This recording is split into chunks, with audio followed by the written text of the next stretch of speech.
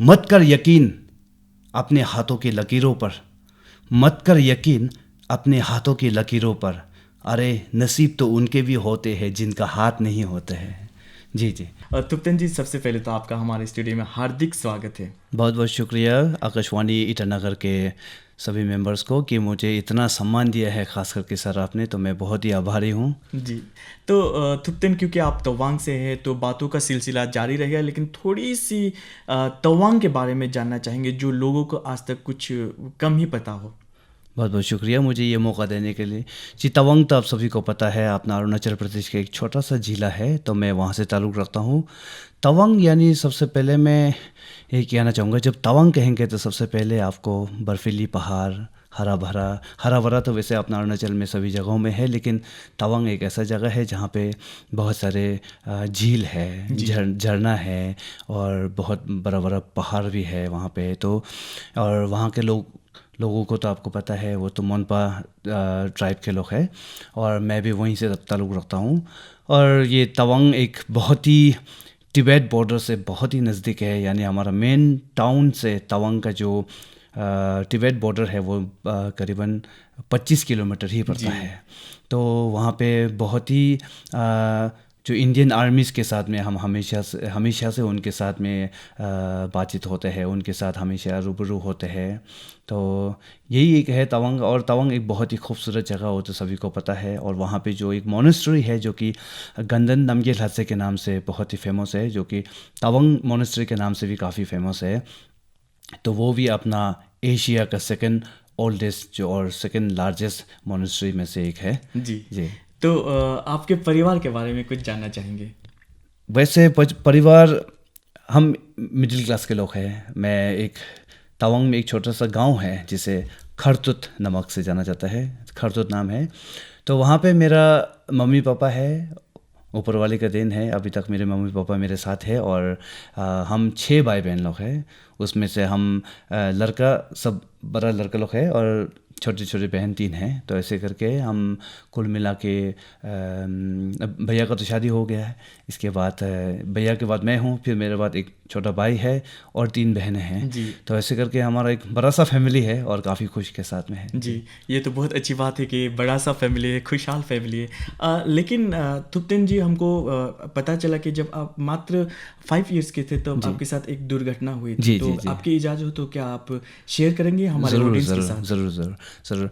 तो ऐसी बात है कि अब तो बहुत सारे लोगों को मैंने सोशल मीडिया के माध्यम से, या जो आपने कहा है सारेगामा और इंडियन आइडल, ये सब के प्लेटफॉर्म के ज़रिए से काफ़ी लोगों तक संदेश तो पहुंच चुका है। लेकिन मैं आज आपके ये रेडियो के माध्यम से मैं अपना कहानी यहाँ पे प्रस्तुत करना चाहूँगा। तो उम्मीद करता हूँ कि जो लोग भी हमें सुन रहे हैं तो वो लोग पसंद करेंगे। तो सन 1995 की बात है, मुझे बाद में पता चला है कि ये इन द ईयर 1995 की बात है, जब मैं 5 साल से थोड़ा ज़्यादा या 6 साल से थोड़ा कम था। उस समय पे ये दुर्घटना हुआ है मेरे साथ। अब मुझे समझ में नहीं आता कि इसको मैं एक अनफॉर्चुनेट कहूँ या फॉर्चुनेट, क्योंकि जिस हालत में मैं आज हूँ, जिस तरह से मैं हूँ, तो उसके हिसाब से मुझे अपने आप को, कि मैंने ये बचपन में जो मैंने अपने हाथ खोया है, जी। तो उसके बारे में मैं शुक्रगुजार हूँ या मैं बदकिस्मत मानूँ। तो ऐसी बात है कि गांव में थे हम, मम्मी पापा खेती में काम कर रहे थे, मैं थे, मेरा बड़ा भैया और मेरा भाई, और मेरा सबसे जो बड़ी बहन है वो उस समय पे 1 साल का भी नहीं हुआ था। तो उस समय की बात है ये कहानी। तो अ, हम बच्चे खेल रहे थे, और गांव के जो बच्चे लोग भी थे, तो उनके साथ हम खेल रहे थे। जाने अनजाने में मैंने जाके उस वायर को मैंने छू दिया है, और वो उस वायर में करंट थे। जी। तो बाद में पता चला कि ये 11,000 वोल्टेज का थे। ओके। आप सोच के देखिए, मैं थे 5-6 साल के बच्चे, और वहाँ पे 11,000 वोल्टेज में मैंने करंट खाया है। जबकि घरों में जो 100 वाट के होते हैं, 100 वाट के होते हैं, 200 वाट में होते हैं, उसमें भी झटका खाते तो कितना दर्द होता है। लेकिन मैं 5-6 साल के बच्चे, और वहाँ पे 11,000 वोल्टेज में मैंने करंट खाया है। तो उसके बाद तुरंत मुझे वहाँ से अस्पताल ले गया। तो उस समय 1995 में तो तवांग में ट्रांसपोर्टेशन इतना ख़राब थे, और डिस्ट्रिक्ट हॉस्पिटल एक ही है वहाँ पे, और वो भी इतना फंक्शनल नहीं थे उस समय भी। तो फिर भी मुझे वहाँ पे ले गया गया। तो इसके बाद वहाँ पे सबसे पहले वहाँ के जो डॉक्टर है उन्होंने आश्वासन जो दिया है कि हाँ, इनका जो दोनों हाथ जल चुका है, लेकिन ये यहाँ पे ठीक होने का संभावना है। तो उसी उम्मीद में वहाँ पे मेरे मम्मी पापा, क्योंकि तुरंत यहाँ पे अपना कैपिटल में लेकर आने का हमारे पास ना पैसा थे ना उस समय पे ट्रांसपोर्टेशन थे। तो उस समय पे एक ही स्टेट ट्रांसपोर्ट जो बस थे जी। वो हुआ करता था, लेकिन वो भी क्या था कि हफ्ता में एक बार या 2 बार ही आना जाना करते थे। तो जब मेरा इंसिडेंट हुआ उस समय पे बस ट्रांसपोर्टेशन भी वहाँ पे नहीं थे। तो ऐसे करके वहाँ पे करीबन 1 महीना जैसे अपना डिस्ट्रिक्ट हॉस्पिटल में वहाँ पे ट्रीटमेंट कराने की कोशिश किया। डॉक्टर लोग ने जितना हो सके कोशिश की वहाँ पे, ऐसी बात नहीं है कि उन्होंने देखभाल नहीं किया, काफ़ी वहाँ पे मेहनत किया है, कोशिश किया, लेकिन बाद में डॉक्टरों ने वहाँ पे गिव अप कर दिया कि इनका यहाँ पे शायद थोड़ा मुश्किल होगा, तो आपको डिस्ट्रिक्ट हॉस्पिटल लेके जाना या अपना स्टेट हॉस्पिटल यानी यहाँ पे कैपिटल में आरके मिशन में। तो मुझे वो सफ़र आज भी याद है थोड़ा थोड़ा। अब सोचता हूँ तो एक सपना सा भी लगता है, क्योंकि मैं, मेरा पापा और मेरा बुआ और मेरा मामा, हम 4 लोग थे। हम 4 लोग वहाँ से उस समय स्टेट बस जो है यहाँ पे नीचे ही था, तो तवांग से हम ट्रक में आया था। मुझे अभी भी याद है, मौसम बहुत ही ख़राब, रास्ता बहुत ख़राब, ऐसे करके तेजपुर तक पहुंचने में भी हमें 2 दिन लगा। तो ऐसे करके फिर तेजपुर से यहाँ पे ईटानगर में लेकर आया गया। फिर यहाँ भी जब आरके मिशन में लेकर आया था, डॉक्टरों ने यहाँ पे भी एक उम्मीद दिया है कि हाँ, इनका यहाँ पे ठीक हो जाएगा। लेकिन यहाँ भी देखा है कि ट्रीटमेंट कराने को कोशिश किया है, बहुत कोशिश किया है, लेकिन फिर यहाँ भी नहीं हो पाया। यहाँ भी डॉक्टरों ने कहा कि इनका यहाँ पे ठीक नहीं हो रहा है। तो मेरे पापा को फिर बुलाया, पापा को बुलाने को, ये जो मैं कहानी बता रहा हूँ ये सब मुझे बाद में पापा ने बताया गया है, ऐसा नहीं, क्योंकि मैं उस समय पे इतना समझने का मेरा पास में क्षमता नहीं थे। एक तो बीमार भी थे और एक मैं छोटा भी था, ऐसे करके। तो डॉक्टरों ने पापा को बुलाया गया कि अब थुप्तन का हाथ यहाँ पे ठीक नहीं हो रहा है, अब इनका हाथ यहाँ से काटना पड़ेगा। यदि यहाँ पे जो अभी जिस तरह से मेरा हाथ है, अगर उसी समय पर अगर नहीं काटता तो कल को जाके वो शोल्डर से काटना पड़ेगा, क्योंकि ये जो घाव जो है वो शरीर के अंदर और स्प्रेड होते हुए जा रहे थे। तो ऐसे करके तो डॉक्टर ने कहा कि काट देते हैं। तो फिर पापा ने बहुत ही भारी दिल के साथ में उन्होंने भी फिर हाँ कह दी। इसके बाद में मेरा जो ये राइट हैंड है, तो ये राइट हैंड जो डॉक्टर ने यहाँ पे काट दिया, यहाँ पे हॉस्पिटल में, यहाँ पे आरके मिशन ने काटा। इसके बाद में फिर मुझे कुछ दिन के बाद में मुझे एक लेफ़्ट हैंड के साथ में मुझे घर पे भेज दिया गया। तो मैं फिर पापा के साथ में तवांग चला गया। तवांग जाने के बाद वहाँ पे देखता हूँ कि मेरे गांव से फिर डिस्ट्रिक्ट अस्पताल हर रोज़ जाना इतना पॉसिबल नहीं था। एक तो बीमार है और मेरा गांव से डिस्ट्रिक्ट हॉस्पिटल तक जाना, पैदल जाना बहुत ही मुश्किल था। तो कई बार तो हम गए हैं पापा के साथ में, हम दोनों अक्सर वहाँ जाते थे। ड्रेसिंग जो कटा हुआ जो हाथ है उसको ड्रेसिंग करना होता था। इसके बाद में जो घाव है उसको भरने के लिए फिर उसको ना इंजेक्शन लेना था। तो ऐसे करके हम अस्पताल में कई बार तो गए हैं। बाद में फिर पापा भी नर्स लोग जो ड्रेसिंग करते हुए देखकर, तो उनके अंदर भी एक हिम्मत भी आया और वो भी एक वो हो गया। अब थ्योरी तो उन्होंने देख लिया है, अभी अब प्रैक्टिकली करना खुद को बाकी था। तो इसके बाद में उन्होंने क्या किया कि धीरे धीरे मेरे पापा ने ही मेरा हाथ का ड्रेसिंग करना शुरू कर दिया।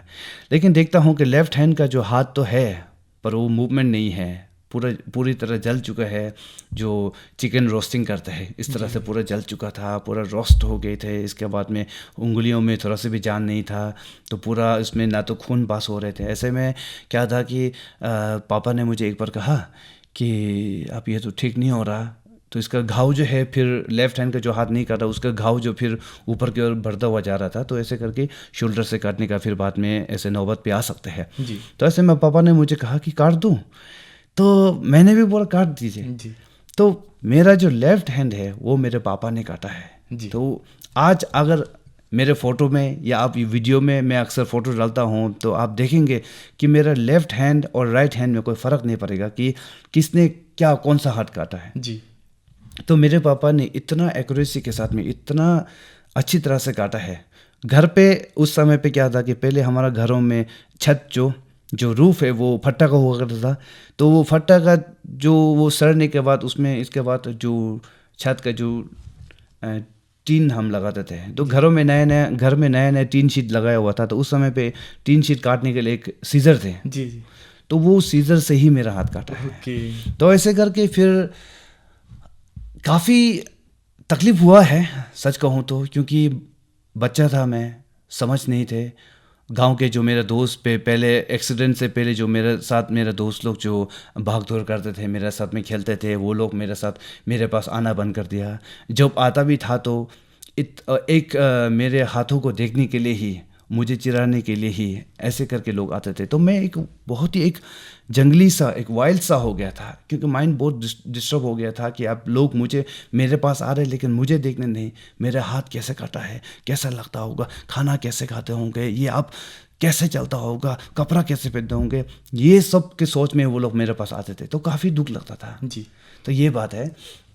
तो वक्त को मैं ज़रा ज़ाया नहीं करता भाई, मैं फिर से इसको ब्रीफिंग में मैं एक शॉर्ट में मैं कहना चाहूँगा। इसके बाद फिर कई साल हो गया घर पे मैं पड़ा रहा, जी मैं कुछ भी नहीं करता था घर में, बैठे बैठे मेरा उम्र ऊपर निकलते जा रहा था। इसके बाद में घर में जो खाना भी खाते थे तो कभी माँ खिलाती थी, जब माँ ना हो तो फिर उस समय पे मैं जो खाना खाता था वो चम्मच पकड़ के नहीं खाते थे। मैं जो जानवर जो खाते हैं, जो इस तरह से चाटते हुए प्लेट जी को, जी। इस तरह मैं खाया करता था। इसके बाद फिर 2000 में, तब तक तो मैं थोड़ा बड़ा भी हो गया था। तो 2000 में जब हमारा मंजूश्री एक स्कूल है हमारा तवांग में, एक अनाथ आश्रम है और एक डिजेबल स्कूल है मंजूश्री, जो कि अभी तवांग में काफ़ी, सिर्फ तवांग में नहीं पूरा अरुणाचल में फेमस है। वो एक ऑर्फन बच्चा को और जो डिजेबल बच्चा है उनको फ्री ऑफ कॉस्ट वहाँ पे पढ़ाई कराते हैं वहाँ पे। तो वहाँ का जो प्रिंसिपल सर है, एक गुरुजी है, एक लामा है, मोंक है, तो वो अपना तवांग का ही है। तो वो मंजूश्री स्कूल को चला के 2 साल हो चुका था, यानी 1998 को मंजूश्री इस्टेब्लिश किया था स्कूल है। तो वो गुरुजी, मैं जब किसी सड़क से जा रहे थे तो उस समय गुरुजी ने मुझे देखा है। तो उन्होंने देखते हुए मेरे घर पे आया। घर में आने के बाद मेरे मम्मी पापा को बोला कि मैं थुप्तन को अपना स्कूल में अपने शरण में लेना चाहता हूँ, मैं उनको पढ़ाई लिखाई करूँगा। तो सबसे पहले मेरा पापा और मम्मी एकदम दंग रह गया था, एक हैरान हो गया था कि अब इसका क्या काम, जी इनका तो दोनों हाथ नहीं है, अब ये पढ़ तो नहीं पाएगा, लिख तो नहीं पाएगा। फिर जो मेरा मम्मी पापा है वो जैसे तैसे मान गया। जी जी, पहले तो मम्मी का हमेशा से यही सोच में थी कि अभी जब तक मम्मी पापा ज़िंदा है तो उनको थुप्तन का तो देखभाल कर लेंगे, लेकिन उनके जाने के बाद थुप्तन का क्या होगा, उनको कौन देखभाल करेगा। लेकिन जो हमारा गुरुजी है उन्होंने मुझे स्कूल में लेके गया। तो जब स्कूल में लेके गया तो स्कूल का मैं जर्नी अब मैं थोड़ा आपको सुनाना जी चाहूँगा। तो स्कूल में हमारा प्रिंसिपल सर ने मुझे खुद एक हिम्मत दिया। जब मैं मंजूश्री स्कूल में गया तो वहाँ पे ऑलरेडी मेरा सेम दोनों हाथ नहीं है वाला एक भैया वहाँ पे थे। तो उनको देख के मुझे और भी हिम्मत आया कि वाह, यहाँ पे मंजूश्री स्कूल में सिर्फ मैं ही नहीं और एक भैया भी है जिनका दोनों हाथ नहीं है। तो हमारा जो गुरुजी है, तो गुरुजी ने मुझे कहा कि थुप्तन देखो, इनका भी दोनों हाथ नहीं है लेकिन ये आज पढ़ाई कर रहे हैं, लिखते हैं, रीडिंग कर रहे हैं, खेल कूद कर रहे हैं, सब कुछ कर रहे हैं, आप भी ऐसे कर सकता है। तो गुरुजी ने अपना बंद मुट्ठी, हाथ दोनों पंजे को बंद करते हुए चम्मच इस तरह से पकड़ना मुझे जी सिखाया जी कि देखो इस तरह से चम्मच को पकड़ा जाता और इस तरह से खाना खाया जाता है। कलम को पकड़ना सिखाया बंद मुट्ठी से, इस तरह से करके आप सीख सकते हैं, आप बहुत कुछ कर सकते हैं। तो हमारा जो गुरुजी है उन्होंने मेरा जो लाइफ का जो टर्निंग पॉइंट है वो मेरा मंजूश्री स्कूल से हुआ है। जी। जी, तो अभी जैसे आपने कहा कि गुरुजी जो है मंजूश्री स्कूल के, तो अब याद करते तो उनको क्या कहना चाहेंगे आकाशवाणी की ओर से? मैं यही कहना चाहूँगा कि देखिए, अक्सर हमारा जितने भी जो बड़ा बड़ा गुरुजी है सब लोग कहते हैं कि भगवान होते हैं, पर किसी ने देखा नहीं। लेकिन आज मैं भगवान को देखता हूँ तो मैं अपना जो गुरुजी है उनको मैं एक भगवान के तौर पे देखता हूँ, क्योंकि वो एक ऐसा इंसान है कि उन्होंने सिर्फ मुझे ही नहीं, हमारा यहाँ अभी भी मोर देन 300 बच्चे लोग हैं, 300 बच्चे लोग अभी भी है जिनका माँ बाप नहीं है, कोई मेंटली डिस्टर्ब है, तो कोई आंख से कोई अंधा है, तो कोई बोल नहीं पाते हैं, तो कोई वहाँ पे मेंटली जो डिसेबल है और फिजिकली डिसेबल वाला भी बहुत सारे लोग हैं, सबको वहाँ पे फ्री ऑफ कॉस्ट कॉलेज तक पूरा आपका वहाँ पे फ्री ऑफ कॉस्ट पढ़ाते हैं। जी तो मैं अपना गुरु जी को बहुत बहुत मैं एक शुक्रगुजार हूँ। जितना भी मैं आपको थैंक यू कहूँ, लेकिन उतना वो शब्द उतना ही कम पड़ जाएगा, क्योंकि जिस तरह से आपने मुझे जो ज़िंदगी दिया है वो एक कोई और जो एक इरेसिबल जो बोलता है वो एक रिप्लेस नहीं कर सकता है। जी जी। तो थुप्तेन जी, जैसे अभी आपने कहा कि किस तरह आपके बचपन गुजरा, किस तरह से तकलीफ़ों का सामना करना पड़ा, लेकिन आपने हार नहीं मानी। तो जब इनिशियल स्कूलिंग की तो बात हो गई, आपके एजुकेशनल क्वालिफिकेशन की बात करें तो एजुकेशन क्वालिफिकेशन। जी जी। तो क्लास 12वीं तक मैंने अपना हाई स्कूल तक तवांग, हमारा जो उस समय पे मंजूश्री क्लास 5 तक थे। फिर उसके बाद क्लास 5 के बाद हमें गवर्नमेंट स्कूल में भेजा करता था, तो उस समय पे फिर शाम को हमें वही लौट के आना है। जी हमारा जितना भी जो स्कूल का यूनिफॉर्म हो, किताबें हो, जितना भी सब कुछ, ट्रैवलिंग हो, सब कुछ खर्चा हमारा स्कूल मंजूरी से करते थे। इसके बाद मैं क्लास 12 तक वहाँ पे तवांग हाई सेकेंडरी स्कूल से मैंने पढ़ाई की। उसके बाद मैंने सर से कहा कि सर, मार्क्स थोड़ा कम आया था मार्क्स थोड़ा कम आया था, तो फिर भी मैंने सर से कहा कि सर मुझे दिल्ली जाना है, मुझे दिल्ली यूनिवर्सिटी में पढ़ाई करना है। तो सर ने एक पल भी कुछ नहीं सोचा और मुझे सर ने सीधा कहा कि ठीक है, तुम जा पढ़ो, पढ़ाई के लिए मैं तुम्हें कभी रोक टोक नहीं करूँगा, जाओ। फिर मैं दिल्ली चला गया और दिल्ली में मैंने अपना, वहाँ एक स्कूल है, कॉलेज है, ज़कीर हुसैन दिल्ली कॉलेज, तो वहाँ पे मैंने अपना ग्रेजुएशन की। जी। तो ये तो हुई आपके एजुकेशनल क्वालिफिकेशन की बात। अब बात करते हैं आपके सिंगिंग करियर की। जी, जी। आपको कुछ याद है कि सबसे पहले आपने कब परफॉर्म किया था ऑडियंस के आगे, पब्लिक के आगे? जी जी। वो रात तो मैं कैसे भूल सकता हूँ। वैसे तो बचपन से गाना गाने का शौक़ था। स्कूलों में जब भी संगीत का जो कंपटीशन होते थे तो टीचर लोग मुझे अक्सर चुना करते थे कि थुप्तेन ऐसे सिंगल सोलो सॉन्ग है, आपको कंपटीशन करना है। तो मैं अक्सर ये सब में कई बार ये प्रथम स्तर पर भी आया है, फर्स्ट पोजीशन भी आया है, कभी सेकंड में, कभी किसी रैंकिंग में भी नहीं है, ऐसा भी हुआ है। लेकिन 2008 उस समय पे हमारा तवांग फेस्टिवल का जगह में वहाँ पे बुद्ध महोत्सव हुआ करता था, बुद्ध महोत्सव। तो उस समय पे मैं क्लास 7 में थे। तो हमारे प्रिंसिपल सर और या वहाँ पे जो हेड मिनिस्टर थे, तो वहाँ पे सर लोग से मैंने रिक्वेस्ट किया कि सर, बुद्ध महोत्सव में मुझे गाना गाना है। तो उस समय पे सर ने मुझे परमिशन दे दिया। तो मुझे आज भी याद है वो घड़ी शाम की थे, रात के थे। तो उस समय पे मेरा नाम पब्लिकली अनाउंस किया गया वहाँ पे बुद्ध महोत्सव। इतना हज़ारों लोग वहाँ पे थे, सब लोग वहाँ पे दूसरा प्रोग्राम सुनने के लिए या देखने के लिए वहाँ पे रेडी थे। उस बीच मैं भी वहाँ पे चला गया और जब मैंने पहली बार वहाँ पे गाना गाया था, एक हिंदी गाना, पहली बार जब ये गाना मैंने गाया तो लोगों को इतना पसंद आया। क्योंकि मैं ऐसा हूँ कि मैं कभी सीखा नहीं, संगीत मैंने कभी सीखा नहीं। जो कुछ मैंने गाया है तो मैं जो टेप रिकॉर्डर उस समय पे वॉकमैन काफ़ी फेमस थे, तो वॉकमैन में हम गाना सुना करते थे। तो उसमें से एक गाना मैंने चुना, इसके बाद वहाँ पे गाना गाया। तो जब मैंने ये गाना गाया तो इतना लोगों में इतना चर्चा हुई है कि मैं कह नहीं सकता कि मैं उस समय पे, जैसे वो गाना ख़त्म हो के मैं जब स्टेज का पीछे जब उतर रहे थे तो इतना सारे लोग मुझे वहाँ पे मिलने आए थे। वहाँ पे दूर दराज के जो स्कूल के बच्चे लोग हैं, हमारा तवांग, मैं तो तवांग डिस्ट्रिक्ट जो अपना हेडक्वार्टर में हूँ, तो जो जंग सर्कल हुआ है, आपका लुमला सर्कल हुआ है, तो वहाँ तरफ के जो स्कूल के बच्चे लोग थे, जो दोस्त लोग थे, वो लोग में मेरे पास आए हैं और हम लोग बहुत ही अच्छा एक दोस्त बने हैं ऐसे करके। और बहुत लोग मुझे तब उस समय पे मुझे एक लोगों ने वहाँ पे एक संगीतकार के तौर पे मुझे देखा गया है। न तो उससे पहले क्या था कि उधर के स्कूल का एक तो लड़का है ना जिनका दोनों हाथ नहीं है, तो दोनों हाथ नहीं है उस नाम से मुझे जाना जाता था। लेकिन जब मैंने बुद्ध महोत्सव में 2008 में जब पहली बार गाना गाया तो इससे मेरा जो एक सिंगर के तौर पे मुझे लोग पहचाना गया है। तो मैं वो शाम और उसके बाद का जो पल है मैं कभी नहीं भूल पाता। जी। तो जैसे अभी आपने कहा कि उस गाने ने आपकी ज़िंदगी को बदल दिया, तो कुछ याद है उस गाने के बोल? तो हम चाहेंगे कि हमारे ऑडियंस को कुछ गा कर सुना दें। एक मूवी है कोई अफसाना नाम का, ये आफ्ताब का जो आफ्ताब सर हैं, तो उनके मूवी है, तो एक उसमें एक गाना है, तेरे दिल का मेरे दिल से रिश्ता पुराना है। तो अभी बातें करते करते गला काफ़ी सूख गया है, फिर भी मैं आपके समक्ष में, जी और मैं उम्मीद करता हूँ कि जो लोग भी सुन रहे हैं तो लोग पसंद कर रहे हैं, तो मैं फिर भी गुनगुना दूंगा। पानी ले लीजिए। नहीं नहीं ठीक है, बस ठीक है। तो ऐसा है, तेरे दिल का मेरे दिल से रिश्ता पुराना है, इन आँखों से हर आंसू मुझको चुराना है। तो इस तरह का ये गाना है जी। तो ये मैंने पहली बार स्टेज के ऊपर मैंने इतना बड़ा मंच में गाया, और पहली बार मैंने म्यूज़िक के साथ में गाया, यानी बैकग्राउंड ट्रैक के साथ में। उससे पहले जब भी गाना गाते थे तो हम ऐसे ही गाते थे स्टेज के ऊपर, बिना माइक का, या कभी माइक हो तो बिना म्यूज़िक का ऐसे गाते थे। तो मैंने इस गाने को पहली बार म्यूज़िक के साथ में गाया।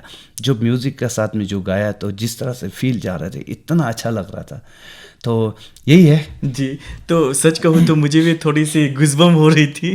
तो तुप्तन जी, उसके बाद जब आप एज ए सिंगर के तौर पे जब पहचान गए, लेकिन डिसाइड कब किया कि आपको अब सिंगिंग को करियर के तौर पे लेना है?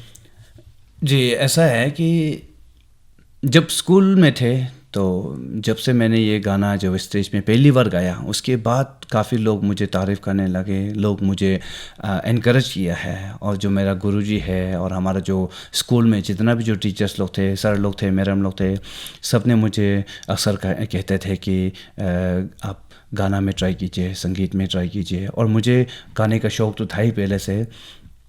तो उस समय पे क्या था कि हमारा स्कूल में ना तो फ़ोन अलाउड थे, ना तो वॉकमैन अलाउड थे। उस समय पे तो नया गाना सीखना भी बहुत ही मुश्किल होता था। तो ऐसे करके फिर हमारा जो प्रिंसिपल सर है, मैंने उनसे परमिशन लिया कि सर मुझे सिंगिंग करियर आगे लेके जाना है, तो मैं गाना वाना सुनने के लिए मुझे एक वॉकमैन का अलाउड कीजिए। तो हमारा गुरुजी ने, हमारा हॉस्टल इतना स्ट्रिक्ट है, फिर भी हमारा जो गुरुजी है उन्होंने मुझे परमिशन दिया है कि ठीक है गाना सीखो, पर पढ़ाई भी साथ में। जी। तो ऐसे करके, तो जितना भी जो मेरा क्रेडिट है मैं अपना प्रिंसिपल सर को देना चाहूँगा, वाकई में देना चाहूँगा। ऐसा नहीं कि मैं उनका नाम ऐसे ही ले रहा हूँ, नहीं, सच में उन्होंने मुझे एक ज़िंदगी दिया है, तो मैं उसको नाम लेना बनता है कि नहीं। तो ऐसे करके तो फिर ऐसे करते करते मैं संगीत को साथ में लेते चला, और कॉलेज में आया मैं।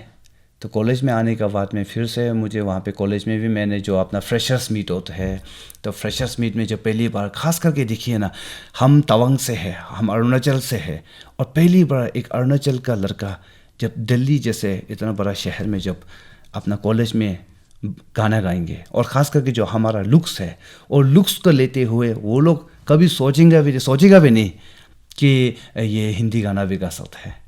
तो मैंने वहाँ पे फिर गाना गाया, पापा कहते हैं बड़ा नाम करेगा। तो ऐसे में लोग इतना हैरान हो गया कि वहाँ का जो अपना मेरा कॉलेज का जो प्रिंसिपल है वो भी एकदम से खड़ा हो गया, और मेरे लिए एक राउंड ऑफ अप्लॉज बोलता है जी। और स्टैंडिंग ओवेशन मुझे दिया है। स्टैंडिंग ओवेशन के साथ में सब लोग खड़ा हो गया है कॉलेज में, सिर्फ प्रिंसिपल ही नहीं, जितना भी जो ऑडियंस है पूरा खड़ा होकर मेरे लिए तालियां बजाए। तो एक वो फील एक मेरे लिए एक अनफॉरगेटेबल है। जी। तो उसके बाद जो हम नेशनल मीडिया की बात करते तो नेशनल सिंगिंग रियलिटी शोज में भी आपका जाना हुआ। उनमें से एक बात करें तो इंडियन आइडल सीजन 9 में आप गए थे। वहाँ आपका जो ऑडिशन देखकर सारे हिंदुस्तान के लोग बहुत आपकी तारीफ करने लगे थे। तो एकदम ब्रीफ में जानना चाहेंगे कि ये किस्सा किस तरह से हुआ? ये मुझे आज भी याद है, 2016 की बात है। 2016 का अक्टूबर की बात है। अक्टूबर में वहाँ पे दिल्ली में एक ऑडिशन का मैं कहीं पे एक एडवर्टाइजमेंट देखा था। तो जब मैं गया वहाँ पे एक स्कूल में हो रहे थे, एक प्राइवेट स्कूल में, संडे का दिन में था, तो वहाँ पे ऑडिशन हो रहे थे। तो जब मैं ऑडिशन में गया तो मुझे लगा नहीं कि इतना सारे लोग होंगे वहाँ पे। मैं शाम के 7-8 बजे गया, रात के 7-8 बजे वहाँ पे मैं लाइन पे खड़ा होने गया है। तो जब मैंने वहाँ पे देखा तो बाप रे बाप, मुझसे पहले इतना सारा लोग वहाँ पे लाइन पे है सिर्फ ऑडिशन देने के लिए। तो ऐसा था। तो रात भर मैं वहाँ पे लाइन पे खड़ा रहा ऑडिशन के लिए, इंडियन आइडल का ऑडिशन के लिए। तो वहाँ पे रात भर खड़ा होने के बाद वहाँ पे सुबह हो गया, सुबह 8 बजे से रजिस्ट्रेशन शुरू होगा बोला, पर हुआ नहीं। दिन का 12 बजे के बाद ही रजिस्ट्रेशन शुरू हुआ है।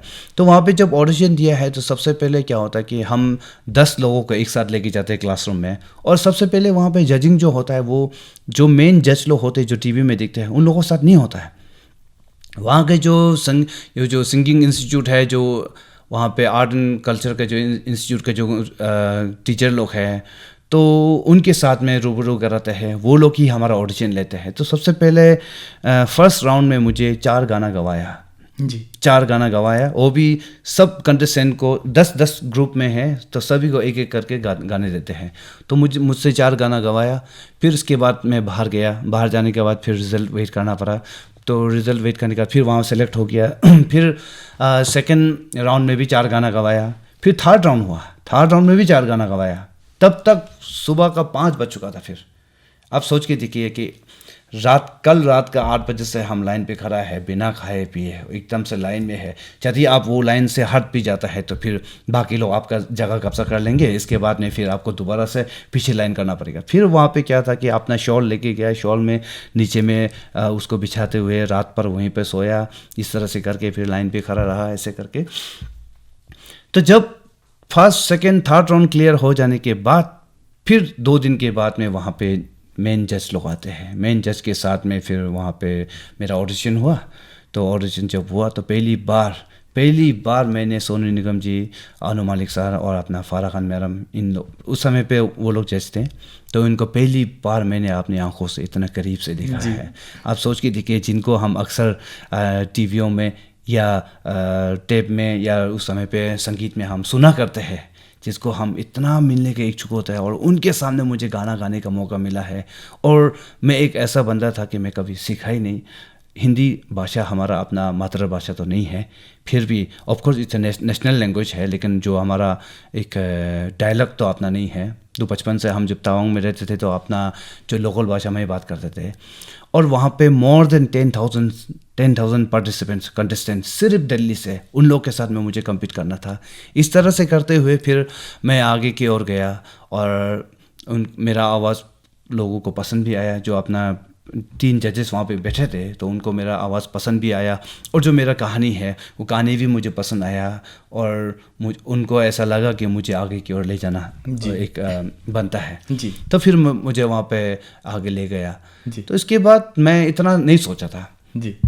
ऑडिशन ख़त्म होके, मुंबई राउंड ख़त्म होके मैं वापस आ गया था गाँव, अपने गाँव आ गया था।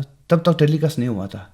फिर मैं गांव छुट्टी करके फिर मैं दिल्ली चला गया। तो जब टीवी में दिसंबर को टीवी में पहली बार टेलीकास्ट हुआ तो मेरा इतना वायरल हो गया, मेरा वीडियो हुआ, मेरा गाना, मेरा ऑडिशन का, मेरा कहानी सब इतना वायरल हो गया कि वहाँ पे मतलब एक जो मैं दिल्ली में जिस कॉलोनी में रहते थे सब लोग मेरे पास आ रहे थे, बोल रहे थे कि देखो भाई आपका पूरा टीवी में आ रहा है, आपका न्यूज़पेपर में आ रहा है, इस तरह करके। तो मैं कुछ समय के लिए ब्लैंक सा हो गया था कि मैं क्या करूं। अब इतना अचानक से आप सोच के देखिए, मैं दिल्ली में भी रहता था तो जो अपना कॉलोनी है उससे बाहर निकलता ही नहीं था। अब जब वहाँ से निकलने लगा तो बाप रे बाप, चाहे वो जिस जगह पे मैं चाय पीता था, जिस गली में मैं चाय पीता था, जो दूध वाले जो हमें दूध पहुँचाने आते थे, सब मेरे साथ फ़ोटो खींचने लग रहे हैं जी। इस तरह से तब एक मन में एक डर सा रह गया कि अब इतना लोग प्यार कर रहे हैं, इतना पसंद कर रहे हैं, क्या जितना वो लोग मुझे पसंद करते हैं उतना उनके जो वहाँ तक मैं खड़ा रह पाऊंगा या नहीं जी। ये डर था मेरा जी, जी। तो जैसे आपने कहा कि आप एक ट्रेंड सिंगर नहीं है, ट्रेंड सिंगर तो थे ही नहीं, लेकिन इस इंडियन आइडल के दौरान आपने जो भी म्यूजिक के बारे में कुछ जाना, कुछ सीखा, क्या एक्सपीरियंस रहा? देखिए ये सब आपका अपना मेहनत के ऊपर में भी होता है कि यदि आपको लगता है कि हाँ कि मैं ये करूँगा, मुझे ये करना चाहिए, और आपको लोग तारीफ कर रहे हैं, यदि 100% में से अगर 1% आदमी भी, आपका 100 दोस्त में से आपका एक आदमी भी, एक दोस्त भी अगर आपको कहेंगे कि थुप्तन आप अच्छा गा रहे हैं, आप ट्राई करो, तो उसमें आपको कोशिश करने में लग जाना चाहिए, मुझे ऐसा लगता है। तो वहाँ पे फिर मैंने सुनते गया, और मैं दिल्ली में रहता था, तो दिल्ली में भी थोड़ा बहुत हिंदी का जो एक्सेंट है जो, जी तो वो एक्सेंट भी थोड़ा सीखने लग गया। तो ऐसे करके फिर मैं हिंदी गाना जब भी मैं हिंदी गाना सुनता था, तो मैं हिंदी गानों को अपना मोबाइल में रिकॉर्डिंग करता था। क्योंकि हम जो अरुणाचल के लोग हैं, कई बार क्या होता है कि हम जब गाना गाते हैं तो हिंदी गाना तो गा रहा होता है, लेकिन जो उसमें जो एक्सेंट है, जो वो टोन है, वो अपना यहाँ का लोकल में कैसे भी चला ही जाता है। जी चाहे वो अभी हम जो बात कर रहे हैं, जी आपका तो हिंदी अच्छा है, मेरा इतना अच्छा नहीं है, तो मेरा हिंदी में भी ऑफ कोर्स ये जो आपका लोकल जो फ्लुएंसी है वो तो जा ही रहा होगा, मुझे इतना तो पता है। तो ऐसे करके इसको मैंने कोशिश किया है काफ़ी, और डिक्शन जो है इसको मैंने सुधार करने की कोशिश किया है। आज भी गाता हूँ तो थोड़ा बहुत जो डिक्शन होते हैं और जो अपना टोन जो होता है वो अपना लोकल में थोड़ा चला ही जाता है। जी ऐसे करके तो फिर मैंने प्रैक्टिस करता चला गया। फिर जितना भी मैंने गाना सीखा है तो मैंने खुद सुन के, और जो ट्रैक जो यूट्यूब में जो ट्रैक पड़ा होता है, करोगे जो होता है, वो सब में मैंने सीख के, इसके बाद मैंने फिर खुद से गाया। खुद गाने के बाद फिर उसको खुद सुना है, क्या सुधार करना है, इस तरह से मैंने कोशिश किया है। तो वो फीलिंग्स कैसा रहा, वो एक्सपीरियंसेस कैसा रहा जो इन सेलिब्रिटीज़ को मिलने के बाद? जी, कभी सोचा नहीं था ज़िंदगी में कि मैं इतना छोटा जगह यानी तवांग से जाके मुंबई में मैं इतना बड़ा बड़ा सेलिब्रिटी से मैं मिलूँगा। तो एक सपना सा था, एक कभी विश्वास भी नहीं होता। अभी भी मैं सोचता हूँ तो यार सच में इन लोग से मैं मिला था, कैसा होता है। जब मैं वहाँ पे गया, तो वहाँ पे इतना बड़ा बड़ा जज लोग थे वहाँ पे।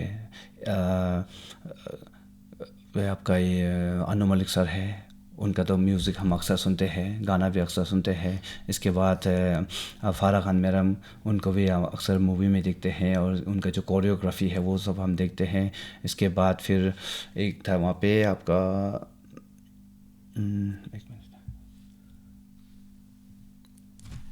एक मिनट और एक हाँ ठीक है। इसके बाद अपना सोनू निगम सर है, जिनका मैं इतना उनको एक भगवान की तरह मैं देखता हूँ कि इतना अच्छा गाना गाते हैं। उनके सामने जाके उन्होंने मुझे हक किया है, उन्होंने मुझे पकड़ा है, उनके साथ मुझे फ़ोटो खींचने का मौका मिला है, तो आप सोच के देखिए। इसके बाद बाकी वहाँ पे करण वाही साहब है, करण वाही सर है, तो उनको भी मैंने देखा है। इसके बाद में फिर बहुत सारे सेलिब्रिटीज़ वहाँ पे मैं मिला है उन लोग से। तो हर हर हर कोई मुझे बहुत ही मेरा तारीफ़ किया है, मुझे हिम्मत दिया है। तो मैं एक बहुत ही एक खुद को एक खुश नसीब में मानता हूँ। जी तो तारीफ़ और जो हिम्मत दिए, उनमें से एक बात करें तो हमारे जो क्रिकेटर सचिन तेंदुलकर है, उन्होंने एक्स हैंडल में लिखा था, जो मैं पढ़ के सुनाता हूँ। उन्होंने लिखा था, this guy is special, he is amazingly positive despite his challenges, truly inspiring, more power to you. तो इस संदर्भ में क्या कहना चाहेंगे? जब मैंने ये पहली बार देखा, सिर्फ एक्स में नहीं, एक्स हैंडल में नहीं, इसको इंस्टाग्राम में भी थे जी, इंस्टाग्राम और फेसबुक पेज में भी थे, सभी में, और ये फिर इतना वायरल हो गया। तो इसके कारण सचिन साहब का ये ट्विटर में जो ट्वीट किया था, इसके कारण इंडियन आइडल सीज़न 9 जो और फेमस हो गया। जी, उसके कारण क्या हुआ कि फाइनल में मैं फाइनल तक नहीं पहुंचा, मैं हार गया था, फिर भी फाइनल में मुझे इसी ट्विटर के कारण मुझे दोबारा वहाँ पे ऐसे गेस्ट परफॉर्मर, जी, मुझे गेस्ट के तौर पे वहाँ पे फाइनल में मुझे परफॉर्म करने का मौका दिया है। तो मैं और सचिन साहब, हम दोनों का कहानी को एक साथ जोड़ते हुए, तो सचिन साहब को भी वहाँ पे उस समय पे फाइनल में, आप सोच के देखिए, सचिन साहब जबकि संगीत से दूर दूर तक इनका कोई ताल्लुक नहीं है, फिर भी उनको वहाँ पे ऐसे गेस्ट बुलाया गया। क्यों? क्योंकि सचिन साहब ने मेरे कहानी को वहाँ पे प्रमोट किया है, कि एक इंडियन आइडल को वहाँ पे प्रमोट किया, उसके कारण। तो ऐसे करके मैं फिर सचिन साहब से भी मिलने का मुझे मौका मिला है, जो कि हर किसी का नसीब की बात नहीं है। जी, शायद तवांग का तो मैं कह सकता हूँ कि तवांग में शायद मैं ही एक पहला एक बंदा होता होगा जो कि सचिन साहब को मिला है, जी, जी, उनके साथ गले मिलाया है, उन्होंने मुझे स्टेज के ऊपर से मेरे बारे में तारीफ़ की है। अरुणाचल के बारे में तो मुझे नहीं पता, तो अरुणाचल भी काफ़ी बड़ा है, तो फिर कई लोग मिला भी होगा, लेकिन तवांग से तो मुझे लगता है कि यदि अभी मिला हो, लेकिन सबसे पहले मैं ही शायद उनसे मुलाकात, मेरा जो उनसे मिलना जी एक खुशनसीब जी मैं मानता हूँ। जी। तो तुप्तन जी, अब आते हैं अरुणाचल प्रदेश जी में। जी वहाँ पे आपको जज किया जाता था। जी जी आप अब जज करते हैं, जैसे एक अरुणाचल प्रदेश का जो एक one of the popular singing reality show जी अरुणाचल जी आइडल को आप जज करते हैं, जी। तो क्या डिफरेंसेस पाते हैं बीइंग जज्ड एंड जजिंग? देखिए, मैं यही कहना चाहूँगा जितना भी जो हमें सुन रहे हैं, तो जब भी कभी प्रोग्राम या स्टेज के ऊपर खड़ा होके हम गाते हैं, तो हर ऑडियंस अपने आप पे एक जज है। सब लोग हमें सुनने से ज़्यादा जज करते हैं, वो जी तो आपको पता है। अब मैं ऐसे जज मैं 2 सीज़न में अभी कर चुका हूँ, ये अपना अरुणाचल आइडल जो कि बहुत ही एक अच्छा प्लेटफॉर्म है सिंगिंग रियलिटी शोज़ में। तो बहुत लोग जो संगीत का जो लवर्स है, तो उनके लिए तो उसमें मुझे काम करने का मौका दिया गया है। तो मैं बहुत ही आभारी हूँ सच में, जो यहाँ का डायरेक्टर सर है और चेयरमैन साहब है, तो उनका मैं बहुत ही आभारी हूँ। तो एक अब मुझे एक रिस्पॉन्सिबिलिटी दिया गया है कि जो वहाँ पे कोई गाना गा रहे हैं, तो वो किस तरह गा रहे हैं।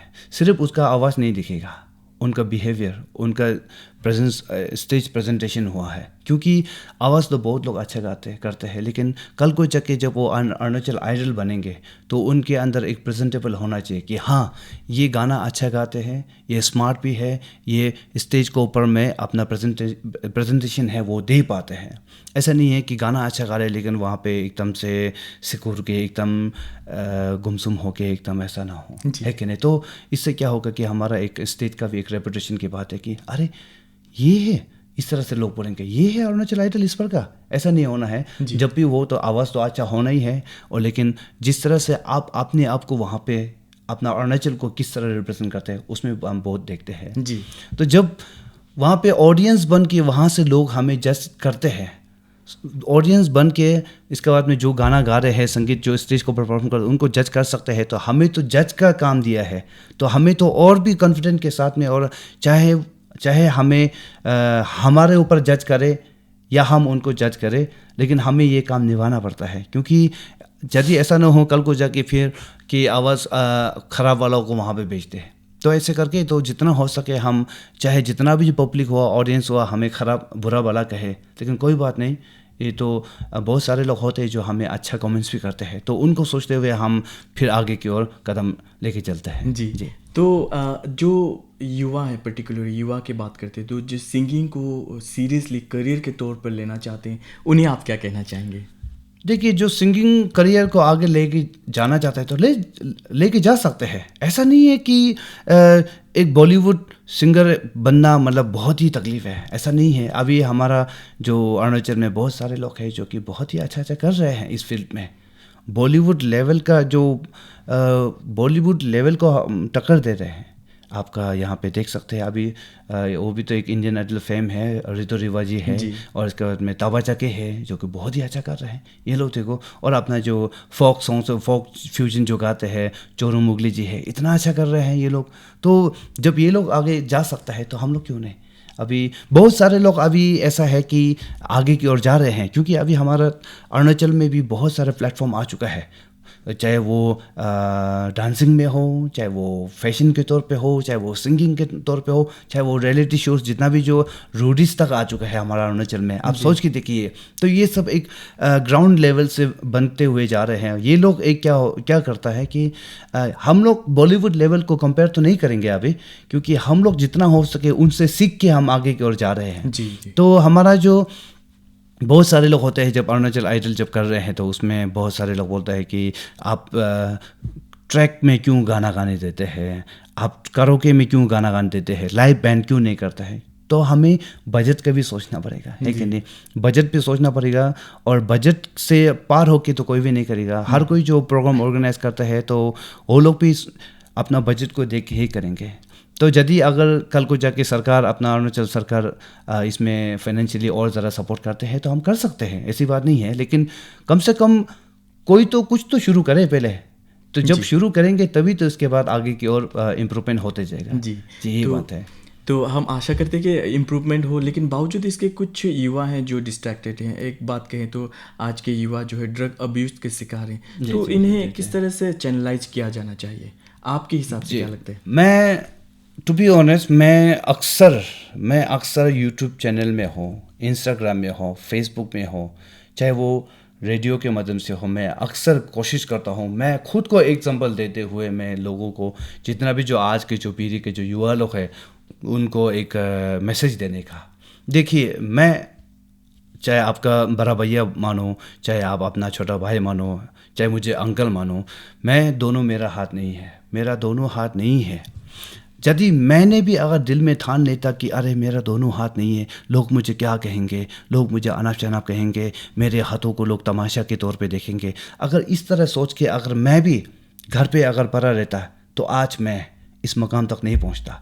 आज मैं भी शायद घर के किसी कोने पे डिप्रेशन का शिकार होकर वहाँ पे शायद बहुत पहले मर भी चुका था होगा, मैं ये मानता हूँ।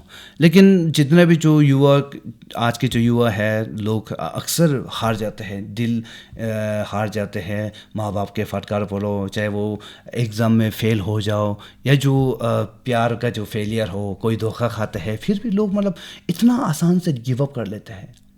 तो मैं उन लोगों को एक संदेश देना चाहूँगा कि यदि कभी आपको लगता है कि आपको ज़िंदगी से गिव अप करना है, तो आप लोग इस भैया को, आप लोग थुप्तन भैया को आप लोग सोच के देखिए कि इनका दोनों हाथ नहीं है।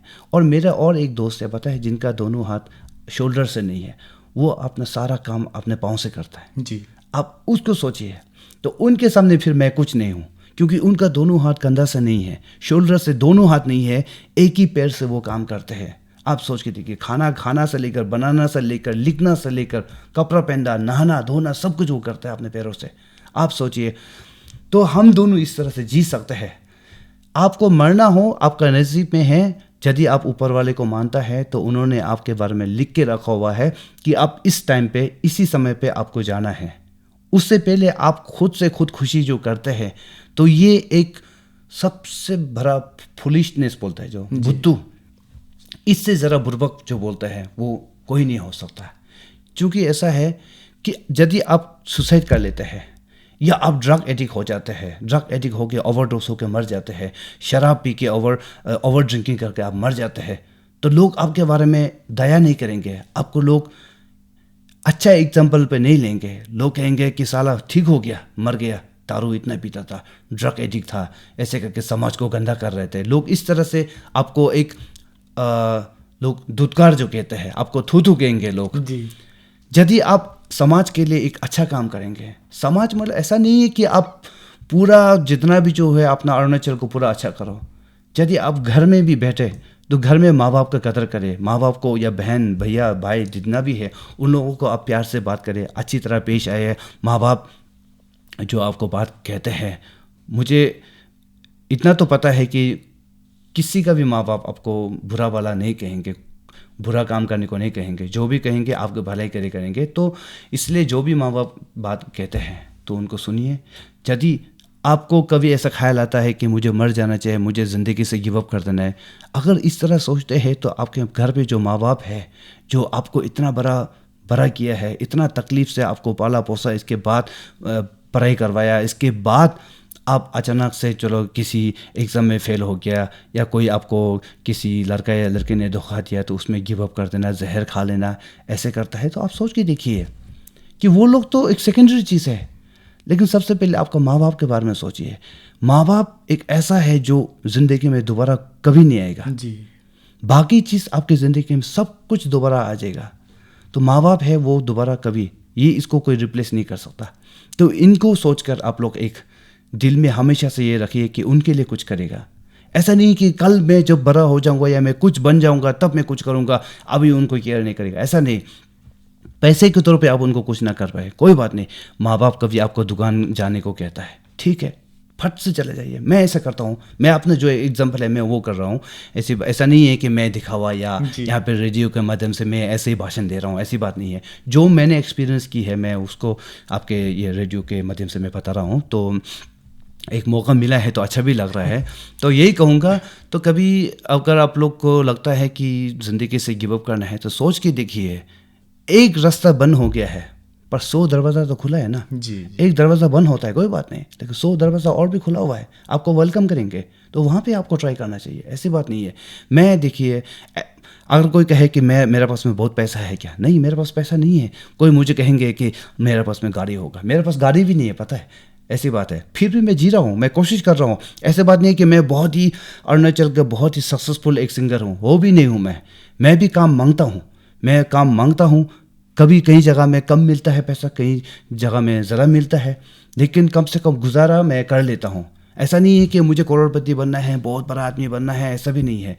बड़ा बनना ऑफ कोर्स हर किसी का मतलब ख्वाब होता है, लेकिन हर किसी का नसीब की बात नहीं है। फिर भी लेकिन लोग जीते हैं, तो हम भी उसी लाइन में हैं, हम भी जी रहे हैं, कोशिश कर रहे हैं, दोनों हाथ नहीं है। फिर भी मतलब एक लोगों को, युवा को मैं एक प्रेरणा देने का कोशिश करता हूँ। मैं यूट्यूब के माध्यम से मैं वीडियो बनाता हूँ, मैं खेती कर रहा हूँ, कभी मैं लकड़ी फाड़ रहा हूँ, खाना बना रहा हूँ, साइकिल चला रहा हूँ, गाड़ी चला रहा हूँ, सब मैं दिखाने का कोशिश करता हूँ। जी। जी जी। तो ये तो हुई आपकी बहुत ही इंस्पिरेशन और इंस्पायरिंग स्टोरी। बात करते हैं कि आज का जो युग है कंप्लीटली डिजिटाइज्ड या डिजिटल वर्ल्ड है, टेक्नोलॉजी बहुत आगे बढ़ चुका है, लेकिन हमारे पीछे जो हमने जो कुछ लाइफ जिया है वो कंप्लीटली कह सकते हैं ना कि ऑर्गेनिक था, बहुत ही जी। ह्यूमैन, मतलब बहुत शांत था उस ज़माने में। जब कहीं मैंने इंटरव्यू में पढ़ा कि ग्रीटिंग्स के ज़माने हुआ करते थे, तो पेन पाल के ज़माने में, उसको सबसे ज़्यादा उस चीज़ को किस तरह से मिस करते हैं? एक कभी कभी खुद को एक खुश नसीब भी मैं मानता हूँ कि हम उस दौर के लोग हैं जहाँ पे वाकई में उस समय पे क्या था कि जो कलम और जो पेपर है वो ज़्यादा चला करता था। तो मुझे भी जब मैंने संगीत 2008 में जब मैं पहली बार जब स्टेज में गाना गाया, इसके बाद में मुझे बहुत सारे दोस्त मिले हैं, बहुत सारे अब मैं खुद को दिखावा तो नहीं करूँगा, लेकिन बहुत सारे क्रश भी थे। जी नहीं, सच में थे। जी। बहुत सारे लोग मुझे लेटर आते थे स्कूल में। मेरा जो प्रिंसिपल सर है, हेड मास्टर है, सर लोग परेशान हो जाते थे कि फिर तुम के लिए एक लेटर आया है। तो ख़ास करके जो क्रिसमस है, न्यू ईयर है, तो ये सब में अक्सर, और फ्रेंडशिप डेज हुआ, ये सब में बहुत सारे लोगों ने ग्रीटिंग्स आते थे। तो एक वो ग्रीटिंग्स सब देखते हुए, मतलब आजकल क्या होता है कि पूरा डिजिटल हो गया है। तो मोबाइल में अगर आपको ग्रीटिंग्स का एक फ़ोटो या किसी फ्लावर का फ़ोटो या उसमें ग्रीटिंग्स लिखा हुआ आते भी हैं, या न्यू ईयर का कुछ भी आते हैं, तो कुछ समय देखते हैं, उसको हम डिलीट कर देते हैं। पहले क्या होता था कि जब ग्रीटिंग कार्ड जो होते थे, जैसे खोलते उसमें गाना भी आते थे, कुछ जी म्यूज़िक जी। से आते थे। ये सब जब भी हमारे पास होते थे, तो क्या होता था कि हमारा जो अपना कमरा है, तो कमरा में रस्सी लंबा सा रख के रस्सी में टांगा करते थे हम बहुत देर तक, और इसके बाद रिकॉल करते थे उस ग्रीटिंग को। फिर से अक्सर एक साल भी हो तो हम दोबारा से ग्रीटिंग को जाके देखेंगे कि अरे इसको किसने भेजा था, फिर से उसका हम पढ़ते थे। ऐसे करके बहुत ही अच्छा लगता था। इससे क्या होता था कि एक हमारा जो दोस्ती है, जो जिन्होंने हमें जो लेटर भेजा है, जिन्होंने हमें जो ग्रीटिंग कार्ड्स भेजा है, तो उनका जो ग्रीटिंग कार्ड्स को हम घरों में सजा के रखना, वो एक दोस्ती का एक रिस्पेक्ट, जी एक तरह से एक इज्जत हुआ करता था कि हाँ देखिए, जब मेरा कोई दोस्त आएंगे मेरे रूम में, देखेंगे कि उनका ग्रीटिंग कार्ड्स भेजा हुआ जो मेरे रूम में है, तो वो ग्रीटिंग कार्ड्स को देखते हुए उनके चेहरे पे जो मुस्कुराहट होता है, वो कहते हैं कि अरे मैंने भेजा, आपने अभी तक रखा है। तो एक वो खुशी, वो चेहरे में जो है ना, वो एक सच में वाकई में एक बहुत ही एक ऑथेंटिक जो कहता है, जी एक रियलिटी होता था। जी। तो वो चीज़ आजकल मिसिंग है सच में। तो इसलिए मैं हम 2000 को भी, हम 2000 का जो स्टार्टिंग ऑफ 2000 को भी हम जिया है, तो एक बहुत ही अच्छा लगता है। जहाँ पे एंड्रॉयड का फ़ोन नहीं था, एंड्रॉयड फ़ोन नहीं था, वहाँ पे ब्लैक एंड वाइट का ज़माना था। इसके बाद में फिर उस समय हम, और अक्सर क्या करते थे लोग, मुझे जो टेप कैसेट में वो दोस्त लोग अपना फेवरेट गाना को रिकॉर्डिंग करके मुझे एक गिफ्ट के बतौर यहाँ पे मुझे देते थे। तो बहुत ही अच्छा लगता था ये जी सब। जी ये तो आपने भी हमें अपनी बातों के द्वारा बैक ले गए, तो मुझे भी बहुत अच्छा लग रहा है सुनने के लिए। जी जी। तो जाते जाते आप हमारे सुनने वालों को फिर कुछ गुनगुना दीजिए। बहुत बहुत शुक्रिया। गला तो वैसे सूखा हुआ है, तो फिर भी मैं कोशिश करूँगा। एक गीत है जो कि मैं अक्सर गाने का मुझे अच्छा लगता है। एक है, बड़े अच्छे लगते हैं ये धरती, ये नदियाँ, ये रहना और तुम, हम तुम कितने पास है, कितने दूर है चांद सितारे।